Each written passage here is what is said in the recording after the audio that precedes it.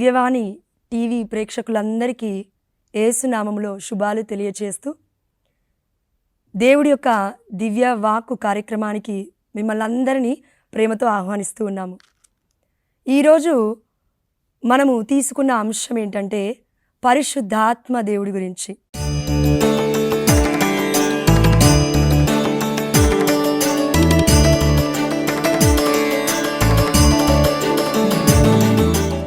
మనందరికీ తెలుసు, మన కన్న తల్లి అయిన కథోలిక శ్రీ సభ ఎంతోమంది గురువుల ద్వారా పరిశుద్ధాత్మ దేవుడి యొక్క ఔన్నత్యం గురించి, గొప్పతనాన్ని గురించి మనందరికీ బోధిస్తూనే ఉన్నారు. కానీ పరిశుద్ధాత్మ దేవుడి గురించి తెలుసుకోవాలంటే ఇది గొప్ప సముద్రము వంటిది ఈ అంశము. కాబట్టి ఈ అంశానికి మిమ్మల్ని అందరినీ మరొక్కసారి ఆహ్వానిస్తూ, మనము పరిశుద్ధాత్మ దేవుడు మనతో ఎప్పటి నుండి ఉన్నాడో మనము తెలుసుకుంటే మనం ఇంకా శక్తివంతులుగా జీవించడానికి దేవుడు సహాయపడతాడు. అయితే పరిశుద్ధాత్మ దేవుడు ఎప్పటి నుండి ఉన్నాడంటే ఆది కాండము 1వ అధ్యాయము 2వ వచనము. భూమికి ఒక ఆకారము లేకుండా శూన్యముగా ఉండెను, అంధకారము అగాధ జలముల మీద వ్యాపించి ఉండెను, దేవుని ఆత్మ నీటిపై గుండ్రముగా తిరిగాడుచుండెను. మనందరికీ తెలుసు, నీరు అనేది పరిశుద్ధాత్మకి సాదృశ్యంగా ఉంది అని. అయితే పరిశుద్ధాత్మ దేవుడు ఇదిగో భూమి పుడుతున్న సమయంలోనే దేవుడు ఏ విధంగా అయితే వాక్యాన్ని ఇదిగో తన నోటి ద్వారా పలుకుతున్నాడో అదే సమయంలో పరిశుద్ధాత్మ దేవుడు ఉన్నాడు అని దేవుడి యొక్క వాక్యమే చెప్తుంది. అంటే దేవుడే చెప్తున్నాడు. అయితే పరిశుద్ధాత్మ దేవుడు కేవలం కొత్త నిబంధనలో ఆదరణకర్త మీ దగ్గరికి వస్తాడు అని యేసుప్రభువు వారు మనకి చెప్పినారండి. మనందరికీ ధైర్యం ఇవ్వడానికి, మనందరికీ ఒక ఉత్సాహ ఆత్మను ఇవ్వడానికి. కానీ ఇదిగో ధర్మశాస్త్ర గ్రంథము, అదేవిధంగా ఎంతోమంది ప్రవక్తలు రాసిన పరిశుద్ధమైన గ్రంథము ఆది కాండం నుండి మనం చదువుతున్నాము. అంటే ఆది కాండం నుండి పరిశుద్ధాత్మ దేవుడు వారిని ప్రేరేపింపజేసి రాపించున్నాడు అని మనము 2వ పేతురు 1వ అధ్యాయము 21వ వచనంలో మనం చూస్తున్నాము. అనేక మంది ప్రవక్తలు వారి యొక్క స్వీయ సంకల్పము చేత కాక ఇదిగో పరిశుద్ధాత్ముడి యొక్క ప్రేరణ చేత ఈ పరిశుద్ధమైన గ్రంథమునందని వాక్యము లిఖించి ఉన్నారు అని. అయితే పరిశుద్ధాత్మ దేవుడు అనగానే మనకేం గుర్తు రావాలి అంటే పరిశుద్ధత, అంటే హోలీనెస్. మనలో పరిశుద్ధత ఉంటే మన పరమ తండ్రి పరిశుద్ధాత్మ శక్తితో ఎల్లవెల్లలా మనని నింపుతూనే ఉంటాడు. కానీ ఎప్పుడైతే మనం పాపంలో పడిపోతూ ఉంటామో మనము మెల్లమెల్లగా పరిశుద్ధాత్మను కోల్పోతూ ఉంటాము. అంటే మనలో పరిశుద్ధతను కోల్పోతున్న కొద్దీ పరిశుద్ధాత్మ దేవుడితో సహవాసం అనేది కోల్పోతూ ఉన్నాము. ఇది మనం గుర్తుపెట్టుకోవాల్సిన అంశము, అతి ముఖ్యమైనది.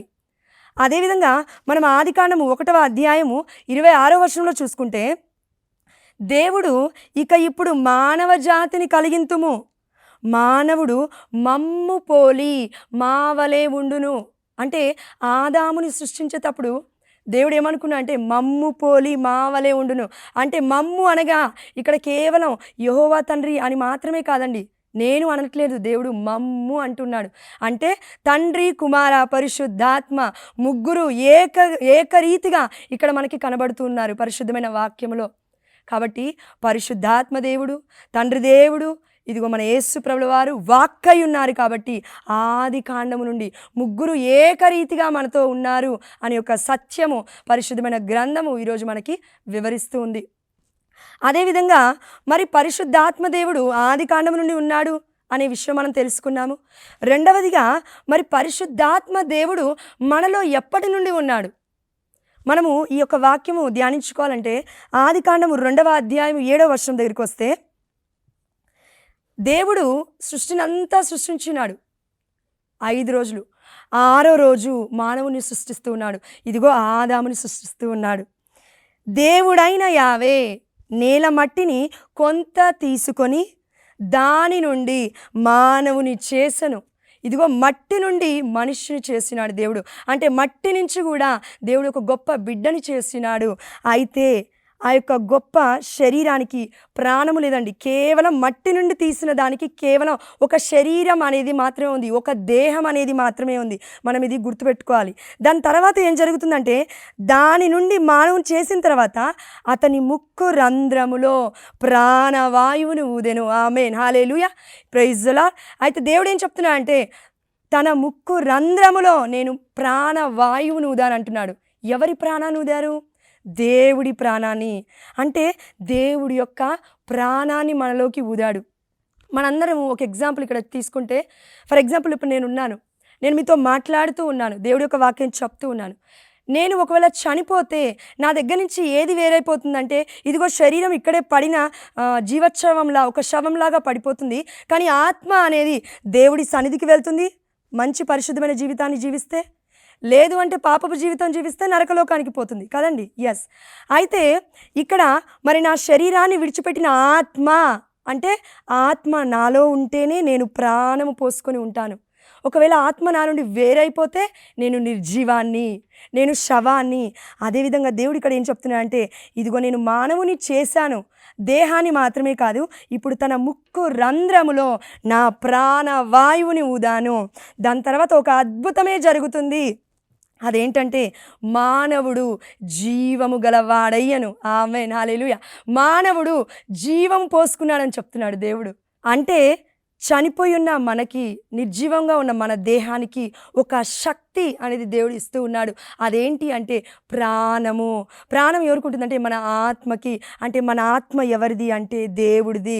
దేవుడి ఆత్మని మనం ఏమంటున్నామంటే పరిశుద్ధాత్మ, సత్యస్వరూపిగా ఆత్మ, ఆదరణకర్త అని ఎన్నో పేర్లు మనం పెడుతూ ఉన్నాము పరిశుద్ధాత్మ దేవుడికి.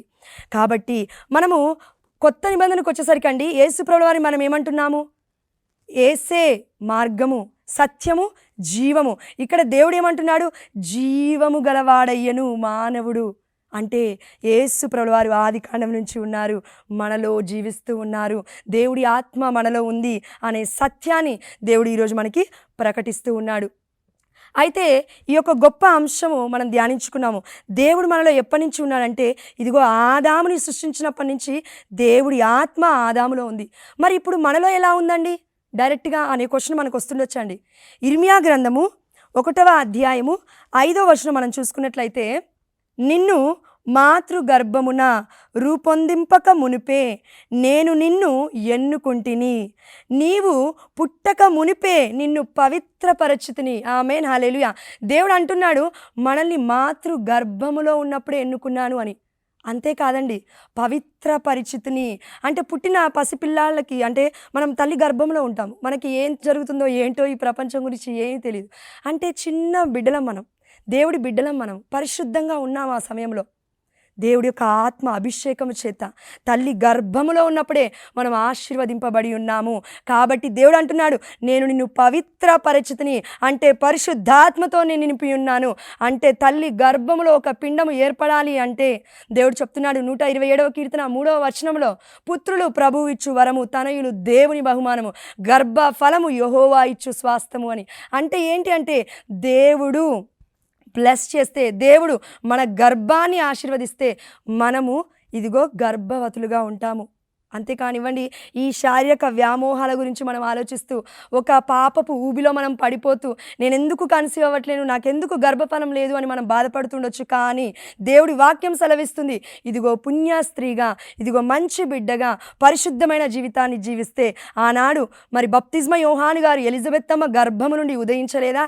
అదేవిధంగా మన గర్భము నుండి కూడా దేవుడి యొక్క బిడ్డలు, ప్రవక్తలు జన్మించాలంటే మనము చేయాల్సింది ఏంటంటే, ఇదిగో పవిత్రమైన జీవితాన్ని మనము జీవించగలగాలి. అప్పుడే దేవుడి ప్రణాళిక చొప్పున మన గర్భములో ఉన్న శిశువు కూడా ఇదిగో గంతులు వేస్తాడు. ఎలిజబెత్తమ్మ గర్భంలో ఏ విధంగా అయితే గంతులు వేసినాడు అంటే ఏంటంటే, అదంతా పరిశుద్ధతకి ఒక గొప్ప నిదర్శనం అండి దేవుడు చెప్తున్నాడు. కాబట్టి మనలో ఎప్పటి నుండి ఉంది మరి పరిశుద్ధమైన ఆత్మ? పరిశుద్ధాత్మ దేవుడు మనలో ఎప్పటి నుండి ఉన్నాడు? దేవుడి ఆత్మ మనలో ఎప్పటి నుంచి ఊదబడుతుంది అంటే, తల్లి గర్భములో పిండము ఏర్పడుతున్న సమయంలో, ఊపిరి పోసుకున్నప్పుడు, శ్వాస వెలువడుతున్నప్పుడే, ఇదిగో మనం పీల్చుకుంటున్నప్పుడే దేవుడి ఆత్మ మనలో స్టార్ట్ అయ్యింది. మనం ప్రపంచమంతా మనం చూసుకుంటే అండి, ఒక మహా అద్భుతము, వైద్యులకు అర్థం కాని అద్భుతం ఏదైనా ఉంది అనంటే తల్లి గర్భములో పిండం ఎలా ఏర్పడుతుంది అని ఇప్పటి వరకు ఎవరు కూడా అంత క్లియర్గా వివరించలేకపోయారు. వాళ్ళు మరి డాక్టర్స్ ఎవరైనా కానివ్వండి, 5 మంత్స్, 6 మంత్స్, 7 మంత్స్ వస్తున్నప్పుడు మరి బిడ్డ కదులుతూ ఉంది అని చెప్తూ ఉంటారు మనకి, అవునా? ఎస్. అప్పటి వరకు వారికి ఏం తెలీదు. బిడ్డకి మరి కరెక్ట్గా అవయవాలు ఉన్నాయా లేనివా అని ఒక విషయం కూడా వారికి తెలియదండి. కానీ దేవుడికి తెలుసు. ఎందుకంటే దేవుడి ఆత్మని దేవుడు పంపించినాడు. తన బిడ్డల యొక్క స్థితిగతులు దేవుడికి మాత్రమే తెలుసు. కాబట్టి మనం అందరం గుర్తుపెట్టుకోవాల్సింది ఏంటంటే, మన గర్భము నుండి, మన తల్లి గర్భము నుండే దేవుడు మనందరినీ ఎన్నుకున్నాడు. కాబట్టి మనము పాపులమైనప్పటికీ దేవుడు తన ప్రేమ చొప్పున, తన కృప చొప్పున మనల్ని పిలుచుకొని పవిత్రపరిచి ఉన్నాడు మన తల్లి యొక్క గర్భంలో ఉన్నప్పుడే. కాబట్టి మనము ఎందుకు మరి యొక్క లోకంలో పోరాడుతున్నాము, ఎందుకు ఇన్ని శ్రమలలో, ఇన్ని బాధలలో, ఇన్ని ఇబ్బందులలో ఉన్నాము అంటే కేవలం ఒకటే కారణము, దేవుడు పవిత్రపరిచాడు. కానీ మనం ఈ లోకంలో పుట్టిన తర్వాత పాపము అనే ఈ లోక వ్యామోహములో ఇదిగో చిక్కుకొని పోతూ ఉన్నాము. కాబట్టి పరిశుద్ధత వీడిపోయి ఇదిగో అపవిత్రాత్మకు అంటే అపరిశుద్ధాత్మకి దగ్గరగా ఉన్నాము. అంటే సాతాను క్రియలకి లోబడుతూ ఉన్నాము. అంటే మనం ఆదికాండంలో చూసామండి, ఆదాము ఏవా ఏ విధంగా అయితే దేవుడి యొక్క మాటకు అవిధేయత చూపించి ఇదిగో సాతాను బిడ్డలుగా తయారైపోయి ఉన్నారు. అందుకే దేవుడు ఏం చేస్తున్నాడు, ఏదేను తోట నుండి వాడిని బయటికి పంపించేస్తూ ఉన్నారు. గెంటి వేశాడు అని వాక్యం సెలవిస్తుంది. అంటే దేవుడి యొక్క నిత్యమైన సహవాసం నుండి, పరిశుద్ధాత్మ నుండి వారిని కోల్పోయారు దేవుడికి అవిధేయత చూపించి. అదేవిధంగా మనమును ఈరోజు కోల్పోతూ ఉన్నాము. తల్లి గర్భం నుండి బయటపడిన క్షణము నుండి మనం ఏడుస్తూ ఉంటాము. ఎందుకంటే ఇదిగో ఈ లోకంలో పడాము, ఈ లోకంలో ఉన్నాము. ఇప్పుడు మనం పోరాడాల్సింది ఎవరితో అంటే అంధకారపు శక్తులతో, మన కంటికి కనబడని అధికారులతో, ప్రధానులతో అనేసి ఎఫెసీయులకు రాసిన లేఖ 6వ అధ్యాయంలో మనం చూసుకొని ఉన్నాము.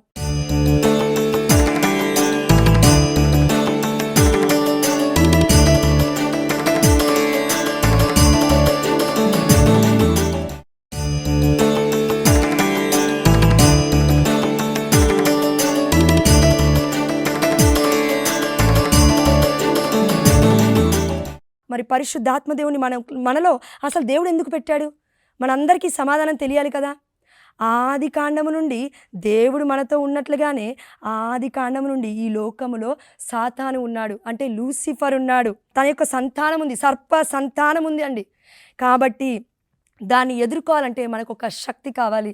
మనము కొరింథీయులకు రాసిన లేఖ 10వ అధ్యాయము 13వ వచనంలో ఈ యొక్క సందర్భం చూడొచ్చు.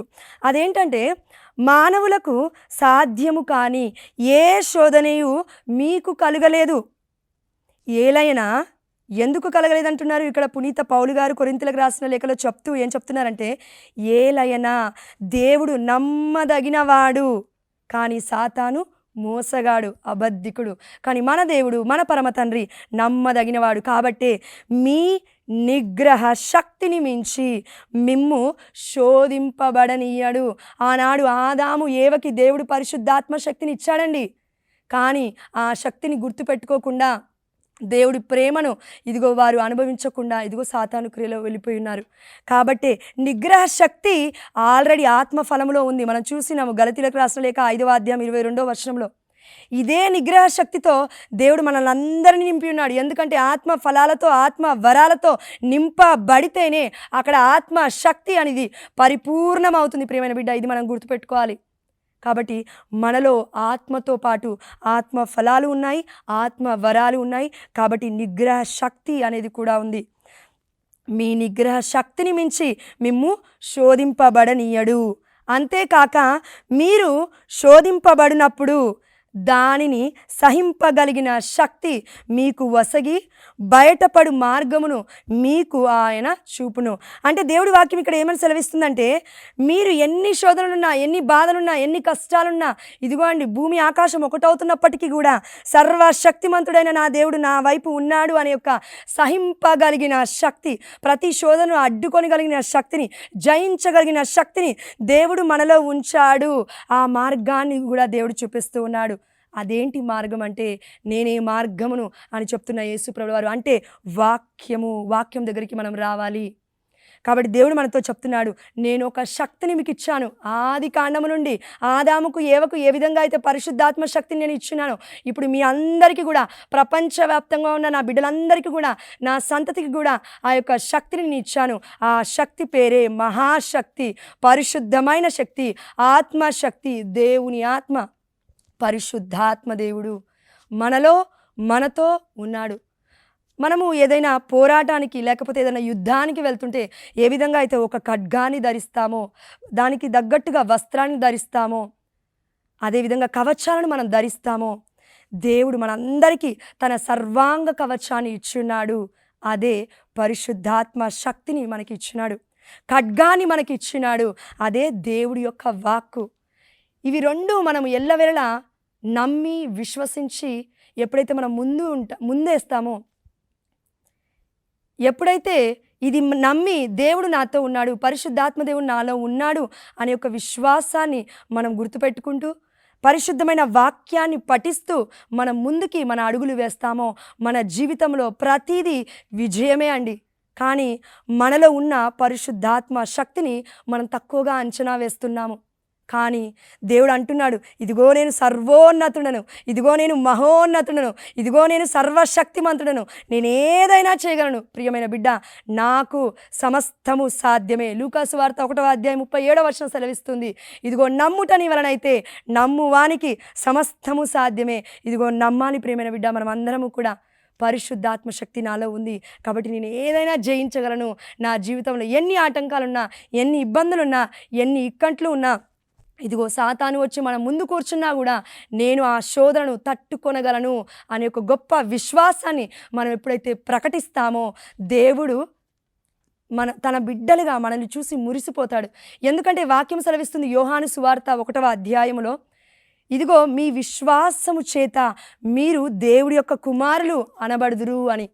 కాబట్టి మనం దేవుడి కుమారులు అనబడాలి అంటే మనం విశ్వసించాలి. విశ్వాసముతో పాటు మనము దేవుని ప్రేమిస్తే ఆ ప్రేమ ఎల్లకాలం మనలో ఉంటుంది. కాబట్టి ఎందుకే దేవుడే ప్రేమ, ప్రేమే వాక్యము, వాక్యమే సమస్తము. మన కన్న తల్లి అయిన కథోలిక శ్రీ సభ మనకి వివరిస్తున్న ప్రకారముగా దేవుడి యొక్క వాక్యము అతి శక్తివంతమైనది. కాబట్టి మనము మన యొక్క శరీరాన్ని పోషించాలంటే మనం ఆహారాన్ని తింటూ ఉంటాము, నీళ్లు తాగుతూ ఉంటాము, లేదంటే బయటికి వెళ్ళి ఎక్సర్సైజ్లు చేస్తూ ఉంటాము. మరి పరిశుద్ధాత్మ దేవుణ్ణి మనం ఇంకా ఇంకా గొప్ప శక్తిగా మనలో ఉంచుకొని ఒక సాన పట్టే విధంగా మనం ముందుకు దూసుకు వెళ్ళాలి అంటే, ఈ యొక్క ఆధ్యాత్మికమైన జీవితంలో శోధనలు తట్టుకోవాలంటే మనము చేయాల్సిన కార్యక్రమాలు ఏంటి అంటే, మనము చేయాల్సిన పనులు ఏంటి అంటే, మొట్టమొదటిగా ఇదిగో మనము జ్ఞాన స్నానాన్ని పొందుకోవాలంటే పరిశుద్ధాత్మదేవుని మనం ఆహ్వానించాలి. ఆనాడు యేసుప్రభువు వారు ఏ విధంగా అయితే ఆ యొక్క నదిలో, యోర్దాను నదిలో దిగి పరిశుద్ధాత్మ శక్తితో నింపబడ్డాడో అదేవిధంగా మనమును నింపబడతాము. పరిశుద్ధాత్మ దేవుడిని మనము ఆహ్వానించాలి. పరిశుద్ధతని కోల్పోతున్నాము, మరలా ఆహ్వానించాలి. పరిశుద్ధతని కోల్పోతున్నాము, మరలా ఆహ్వానించాలి. ఎలా అంటే, ఇదిగో మన కన్న తల్లి అయిన కథోలిక శ్రీ సభ మనకొక్క గొప్ప ఆ యొక్క దైవ రహస్యాన్ని చెప్తూ ఉంటుంది. అదేంటి అంటే, దివ్య సంస్కరణ, పాప సంకీర్తనము ద్వారా మన పాపాలని ఒప్పుకుంటూ ఉంటే పరిశుద్ధాత్మ దేవుడు మనలో ఫలిస్తూ ఉంటాడు. మనం ఒప్పుకోవాలి. We should give repentance to god. కాబట్టి మన పాపాల కోసం మనం ప్రాయశ్చిత్త పడుతూ ఉంటే పరిశుద్ధాత్మ దేవుడు మనలో ఫలిస్తూ ఉంటాడు. ఇదే గొప్ప మార్గము. మన కన్న తల్లి అయిన కథోలిక శ్రీ సభ మనకిచ్చిన అమూల్యమైన సందేశము, అమూల్యమైన ఇదిగో హోలీ సాక్రమెంట్ అని మనం ఈ రోజున చెప్తూ ఉన్నాము. ఇప్పటి వరకు మనం ధ్యానించుకున్న అంశాలన్నీ కలగలుపుకున్న తర్వాత ఒక చివరి అంశానికి మనం వద్దాము. అదేంటంటే, 1 యోహాను 4:13 ఆయన అనగా దేవుడు తన ఆత్మను మనకు వసగుట వలన మనము దేవుని అందును దేవుడు మన యందును ఉండుట మనకు రూఢి అగుచుంది. అంటే దేవుడు చెప్తున్నాడు, నిశ్చయముగా నేను చెప్తున్నాను. అదేంటంటే, నా ఆత్మ మీకు వసగి ఉన్నాను. ఎప్పటి నుంచి వసగినా అంటే, ఇదిగో భూమి పుట్టక పూర్వము నుండే నేను మీలో ఉన్నాను. అందుకే దేవుడు అంటున్నాడు, నేను మీ అందు మీరు నా యందు ఉండడం చేత ఇదిగో ఈ ఆత్మ శక్తివంతముగా మిమ్మల్ని నడిపిస్తుంది. అయితే మనం యోహాను సువార్తలో చూసినామండి, 15 అనుకుంటాను, మీరు నా యందును ఎవరు నా యందును నేను ఎవరి యందు ఉంటానో వారు అధికముగా ఫలిస్తారు. ఆమేన్, హల్లెలూయా. మనము ఫలించడం అంటే అండి ఈ లోక విషయంలో ఫలించడం అని కాదు, పరిశుద్ధాత్మ దేవుల్లో మనము ఫలించగలగాలి. మొట్టమొదటిగా ఇదిగో దేవుడి యొక్క వాక్యం సెలవిస్తుంది. పునీత పౌలు గారు చెప్తున్న మాట ఏంటంటే, కొరింథీయులకు రాస్తూ, మీరు ఆత్మయందు వర్ధిల్లుతున్న కొద్దీ అన్ని విషయములందు వర్ధిల్లుతారు. ఆమేన్, హల్లెలూయా. కాబట్టి మనం ఈ రోజు నుంచి మనల్ని మనం ప్రశ్నించుకోవాలి. అదేంటంటే, మనం ఆత్మలో వర్ధిల్లుతున్నామా? పరిశుద్ధాత్మ దేవుల్లో మనము ఇంకను ఎదుగుతున్నామా? మరి ఎలా ఎదగాలి అంటే ప్రార్థన, దివ్యమైన బలి పూజకి మనం విందుకు వెళ్ళాలి, దేవుడి దగ్గరికి వెళ్ళాలి. యేసు ప్రభువాని ఆత్మ శరీర రూపధారులుగా ఇదిగో మన యొక్క ఆత్మలో, అదేవిధంగా మన యొక్క శరీరములో ఒక రక్త రూపములో, భోజ్య రూపంలో మనం స్వీకరించగలగాలి. అప్పుడే మన ఆత్మకి ఒక శక్తి అనేది వస్తూ ఉంటుంది. మనలో దేవుడు నివసిస్తా అంటున్నాడండి. పరిశుద్ధాత్మ దేవుడు ఇప్పుడు మన మీదికి వేంచేసినప్పుడు శక్తి అనేది వస్తుంది. కానీ మనలో దేవుడు ఎలా నివసిస్తున్నాడు అంటే, ఇదిగో తన యొక్క శరీర రక్తాల ద్వారా మనలో నివసిస్తున్నాడు. కాబట్టి ఆ యొక్క శక్తి గొప్పది, మహాశక్తి అండి ఇది. మరి మనము కొత్త నిబంధనలో చూస్తున్నాము, ఎన్నో అద్భుతాలు జరుగుతున్నాయి. యేసుప్రభుల వారి దగ్గరికి వస్తూ ఉన్నారు. ఇదిగో యేసుప్రభుల వారి యొక్క వస్త్రాన్ని ముట్టుకుంటూ ఉన్నప్పుడు శక్తి వెలువడుతుంది అని మనం చూస్తున్నాము. అంటే ఏంటి ఆ శక్తి అంటే, ఆ శక్తి వెలువడినప్పుడు ఎంతోమంది రోగగ్రస్తులు ఎంతో గొప్ప రీతిలో స్వస్థతని వారు పొందుకుంటున్నారు. అంటే ఏంటి అంటే, పరిశుద్ధాత్మ దేవుడు కార్యాన్ని అక్కడ చేస్తున్నాడు. తండ్రి దేవుడు ఇదిగో ఆజ్ఞాపిస్తాడు, ఆత్మదేవుడు అక్కడ కార్యక్రమాన్ని ఫలింపజేస్తాడు.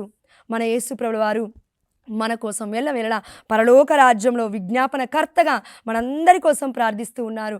అందుకే తండ్రి, కుమార, పరిశుద్ధాత్మ దేవుడు ఎక్కడైనా ఒక అద్భుతం జరిగిందంటే, ఒక శక్తి వెలువడిందంటే, ఇదిగో అక్కడ తండ్రి, కుమార, పరిశుద్ధాత్మ దేవుడు ముగ్గురు ఉన్నారు అని అర్థము. అదేవిధంగా మనందరము ఈ వాక్యాన్ని ధ్యానించుకున్నాము. మరి ఇంకను మనం ఎదగడానికి కావాల్సిన మూడే అంశాలు. అదేంటంటే, చివరిగా మొట్టమొదటిగా మనం ప్రార్థన చేయాలి. మన రోజువారీ జీవితంలో ప్రార్థనతో పాటు ఆరాధన, దివ్య బలి పూజ, పరలోకంలో జరుగుతున్న ఆరాధన, ఆ ఆరాధనకి మనం వెళ్ళగలగాలి, దేవుణ్ణి మనం ఆరాధించగలగాలి. రెండవదిగా వాక్యాన్ని పఠించాలి. పఠించడమే కాదు, మనం వాక్యాన్ని పాటించగలగాలి. అందుకే దేవుడు అంటూ ఉన్నాడు, కీర్తనాకారుడు రాసినాడు, దివారాత్రములు దేవుడి యొక్క వాక్యాన్ని ధ్యానించువాడు ఇదిగో ధన్యుడు అనేసి. అతను ఏటి ఒడ్డున నాటిన చెట్టు వలె ఫలిస్తాడు అని. కాబట్టి మనము ఆత్మలో ఎదగాలి అంటే మనం చేయాల్సింది ప్రార్థన, రెండవది వాక్య ధ్యానము, మూడవది నీళ్లు పోయాలండి. నీళ్లు పోయాలి అని అంటే ఏంటంటే, ఆ యొక్క పరిశుద్ధాత్మ దేవుడికి వాక్యాన్ని అందించాలి. అదేవిధంగా దివ్య బలి పూజలో మనం తీసుకుంటున్న దేవుడి యొక్క శరీరము, రక్తాలే మనకి గొప్ప ఆహారము. వాక్యము దగ్గరే మనం ఆగిపోకూడదు. ఆ వాక్యము మానవుడై ఇప్పుడు మన మధ్య నివసించి ఉన్నాడు.